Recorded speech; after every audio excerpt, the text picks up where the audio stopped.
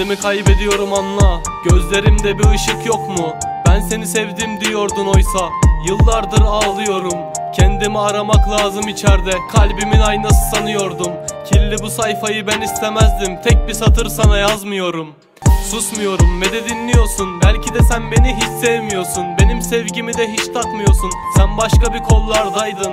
Ben seni yıllar boyunca aradım, karşına çıkmaya yüzüm kalmadı. Sadece kalbime attım öylece, evlenmek sana yakışmıyormuş. Bir kokun vardı ben çok arıyorum, kollarımla uyuyordum. Saat kaç olmuş uyan diyordum, gözler kırmızı hiç takmıyorduk. Neyse zaman geçti böyle 4 yıl, hiçbir zaman ben unutmuyordum. Birdenbire evlenmiş kadınım, böylece sonları hak etmiyordum. Yazmak istemezdim sana ben böyle şarkılar, bunu biliyorsun. Eğer ki pişman olursan bir gün, çık gel bana, ben bekliyorum.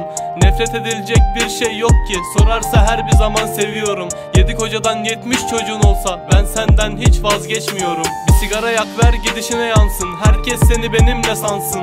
Aşkından yana yoktu ki şansım, kahrolsun ah kara bahtım. Ömrümden sana güzel bir gelecek olmadı aşkım, ben bırakmadım. Tüm suç benim olsun, sana yandım. Tek bir sözüne ben sevdalandım. Bak kardeş, sevmeyi iyi bileceksin. İstenmiyorsan çekip de gideceksin. Sonra gidip bir de onu bunu yaptık deyip de kendini rezil etmeyeceksin. Gerçek sevgide emek ister bak, adamca sevip de bacını düşüneceksin. Belki de ben olup hiç beklemeyeceksin, yalandan gülüp geceleri öleceksin. Bir sigara yak ver gidişine yansın, herkes seni benimle sansın.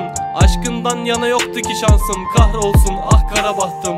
Ömrümden sana güzel bir gelecek olmadı aşkım, ben bırakmadım. Tüm suç benim olsun, sana yandım. Tek bir sözüne ben sevdalandım. Yazmak istemezdim sana ben böyle şarkılar, bunu biliyorsun. Eğer ki pişman olursan bir gün, çık gel bana, ben bekliyorum.